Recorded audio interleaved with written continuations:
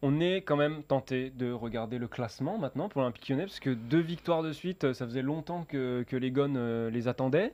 L'OL est à 4 points du top 5, à 7 points du podium, un petit peu plus loin.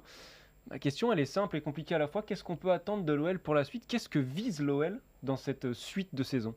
Pour l'instant, Arthur, le président Laurent Blanc a fixé un cap, à savoir le 13 novembre. Le 13 Ouais. novembre, ce sera la fin de la première partie de la saison de Ligue 1.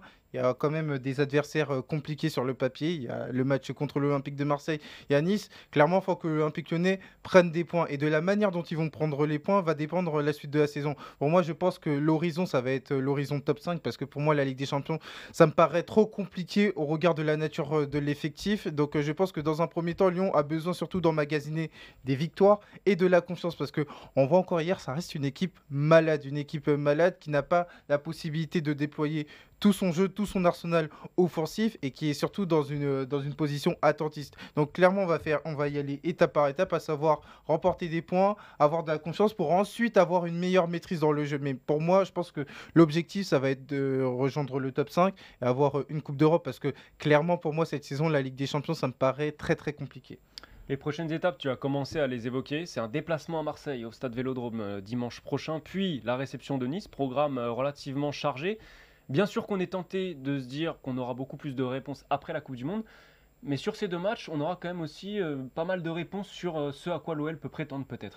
Arthur, c'est ce qui manque à l'Olympique lyonnais depuis plusieurs saisons maintenant, c'est cette fameuse régularité. Et cette régularité, Laurent Blanc est censé l'apporter. Le fait d'aller au Vélodrome face à un adversaire qui sera revanchard et qui sera conditionné par sa qualification ou non qualification en huitième de finale de Ligue des Champions va être un révélateur très important. Le fait de voir Lyon dans une configuration extérieure, donc dans un environnement hostile parce que c'est l'Olympico, eh ben, ça va nous permettre de voir de quel bois est fait l'Olympique lyonnais version Laurent Blanc. Et s'ils arrivent notamment à décrocher une victoire, là, ça peut faire énormément de bien pour la confiance avant de terminer par Nice. Donc moi, j'attends beaucoup de cette rencontre pour voir comment l'Olympique lyonnais va réagir dans un premier temps face à Marseille, un candidat déclaré pour le podium de la Ligue 1, dans une configuration vélodrome hostile avec des joueurs qui vont devoir faire preuve de personnalité et d'assurance. Et ensuite, comment l'Olympique lyonnais va être une équipe qui sera capable justement de matérialiser ces bons moments. Parce que, encore une fois, on l'a vu hier, c'était sur une action isolée. Il faut clairement avoir une équipe lyonnaise qui soit capable d'avoir